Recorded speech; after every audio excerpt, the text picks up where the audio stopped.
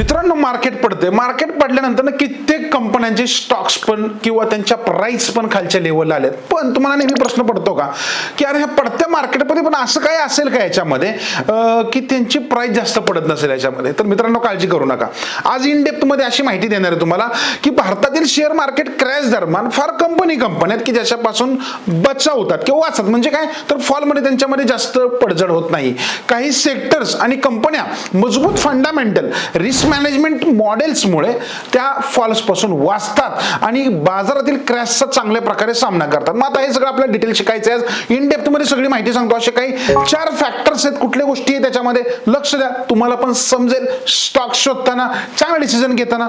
महत्त्वाची गोष्ट, चॅनल अजून पण सबस्क्राईब केलं नसेल क्विकली सबस्क्राईब करा आणि बेल आयकॉनला प्रेस करा. नमस्कार मित्रांनो, मी शंभूराज कामकर आज तुमच्यासाठी एक स्पेशल व्हिडिओ घेऊन येतोय ज्याच्यामधले इन्साइट्स तुम्हाला प्रत्येकाला वापरायचे. आता पहिली गोष्ट याच्यामध्ये मी तुम्हाला सांगेल की डिफेन्सिव्ह स्टॉक्स. आता हे काय असतं तर शेअर बाजारामध्ये जेव्हाही चढ उतार होत असतात, ओके, परंतु जेव्हाही स्थिर परतावा देणाऱ्या नॉर्मली स्टॉक्सला बोलतात डिफेन्सिव्ह स्टॉक. एक थोडक्यात जर सांगायला गेलं याच्यामध्ये, आता काही कंपन्या नॉर्मली अत्यावश्यक वस्तू असतील किंवा सर्व्हिसेस प्रदान करायचं काम करत असतात, ज्याच्यामुळे काय होतं आर्थिक मंदीमुळे त्यांना खूप अफेक्ट होत नाही, कारण हे डे टू डे लाईफशी कनेक्टेड असणारे बिझनेस असतात याच्यामध्ये. ओके, असे कोणते सेक्टर्स आहेत तुम्हाला की याच्या कॅटेगरीमध्ये येतात? तर सिंपल उदाहरण आहे एफएमसीजी, त्यालाच आपण बोलतो फास्ट मूव्हिंग कंझ्युमेबल गुड्स, किंवा फार्मास्युटिकल किंवा हेल्थ केअर.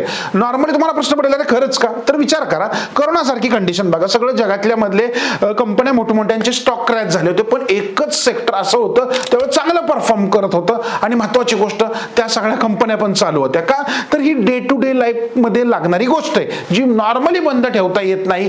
त्यामुळे अशा कंपन्यांकडे अशा कंडिशनला विचार करायचा असतो. मित्रांनो, अजून पुढचे 3 फंडे समजले तर तुम्हाला पण डिफेन्सिव्ह स्टॉक शोधायला सोपं जाणार आहे, ज्याचा वापर तुमच्या पोर्टफोलिओचा एक चांगला प्रोटेक्टर म्हणून तुम्हाला करता येणार आहे. दुसरी गोष्ट, गोल्ड अँड एक्सपेन्सिव्ह मेटल्स कंपन्या. मग तुम्हाला प्रश्न पडेल अरे हे काय वेगळं? लक्षात ठेवा, जेव्हा हे मार्केट क्रॅश होतं ना तेव्हा इन्व्हेस्टर बऱ्याचदा एका सेफ इन्व्हेस्टमेंटचा ऑप्शन शोधत असतात. मग आता याच्यामध्ये सोन्याची डिमांड अचानक वाढत असते. तुम्ही ऑब्झर्व केलं असेल, मार्केटच्या कुठल्याही क्रॅश मध्ये जावा, कधीची एक चार्ट बघा, तुम्हाला समजेल.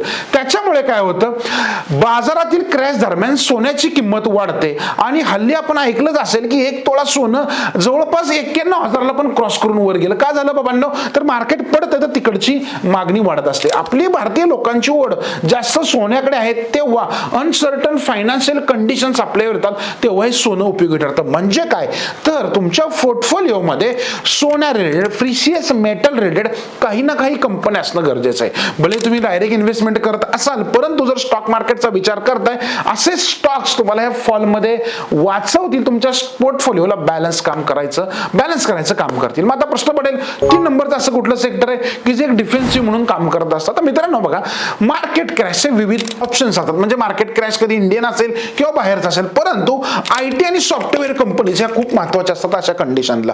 म्हणजे काय, काही प्रमाणामध्ये आयटी कंपन्या ह्या इंटरनॅशनली काम करतात आणि मी म्हणेल काही नाही, मॅक्झिमम प्रमाणामध्ये, कारण भारतातल्या कित्येक कंपन्यांचा 70 ते 80% बिझनेस हा बाहेरून येत असतो. ओके, त्याच्यामुळे त्यांना बाहेरच्या देशामधून चांगला रेव्हेन्यू मिळतो. म्हणून लोकल मार्केटमुळे जर क्रॅश आला, उद्या समजा इंडियन इकॉनॉमीमध्ये काही गडबड झाली, ओके, तर त्याचा मोस्टली इम्पॅक्ट तिकडे होणार नाहीये. ओके, पण जर बरोबरीला इंटरनॅशनल मार्केट क्रॅश झाला असेल तर यांना मोठा धोका. आता आपण बघतोय की आयटी स्टॉक्स पण पडतात, कारण ग्लोबल रिसेशन, ग्लोबल ट्रेडवर अशा गोष्टी चालू आहेत की ज्याच्यामध्ये ह्या स्टॉक्सला फटका बसणार आहे. पण लक्षात ठेवा, हे बऱ्याच वेळेला डिफेन्सिव्ह म्हणून पण काम करत असतात. मित्रांनो, याच्यानंतरचा चौथा इम्पॉर्टंट घटक याच्यामध्ये ते म्हणजे large and diversified group of companies. बऱ्याच वेळेला कॉंग्लोमेरेट हा शब्द तुम्ही ऐकता, पण अर्थ कोणालाच घंटा कळत नसतो. पण लक्षात ठेवा, कुठलीच कंपनी पूर्णपणे अनएफेक्टेड राहत नसते. फक्त काही कंपनीज जास्त रेझिलिएंट असतात याच्यामध्ये, ओके, स्ट्रॉंग असतात याच्यामध्ये. तर मार्केटला बसणारे धक्के इफिशियंटली हँडल कोण करू शकतं याच्यामध्ये? सोपं उदाहरण म्हणजे रिलायन्स ग्रुप. एक उदाहरण देतो याच्यामध्ये, त्याला बोलतात कॉंग्लोमेरेट किंवा मोठमोठ्या कंपन्या जास्त याच्यामध्ये. आता काय होतं, रिलायन्स मध्ये, त्या ग्रुपमध्ये रिलायन्स इंडस्ट्रीज असेल, रिलायन्स स्मार्ट असेल, रिलायन्स डिजिटल असेल, जिओ असेल, यासारखे वेगवेगळे रेव्हेन्यू स्ट्रीम्स असल्यामुळे काय होतं, अशा कंपन्यांना खूप मोठा धक्का बसत नाही, कारण ह्या कंपन्या असतात फंडामेंटली मजबूत. त्यामुळे मार्केटमध्ये जरी मोठा काही क्रॅश आला तर ह्यांच्याकडे ऑलरेडी इन्कम सोर्स स्ट्रॉंग असल्यामुळे खूप इम्पॅक्ट पडत नाही. महत्वाची गोष्ट काय बघायची, अशा कंपन्या शोधा डिफेन्सिव्ह स्टॉक शोधताना की त्यांचा जो बिझनेस आहे ना तो एका लिमिटेड एरिया राज्याशी कनेक्टेड नाहीये. म्हणजे समजा एखादी कंपनी जर समजा फक्त आपल्या राज्यापुरतीच काम करते, तर काय होतं, जेव्हा एखादी राज्यामध्ये घडामोडी घडेल त्याचा एक चांगला किंवा निगेटिव्ह इम्पॅक्ट त्याच्यावर पडणार आहे. इंडियामध्ये एखादी कंपनी काम करते तर इंडियामधल्या घटकांचा त्याच्यावर स्ट्रॉंग इम्पॅक्ट पडेल. इथले घटक जर मजबूत असतील तर ते एकदम रॅली देईल.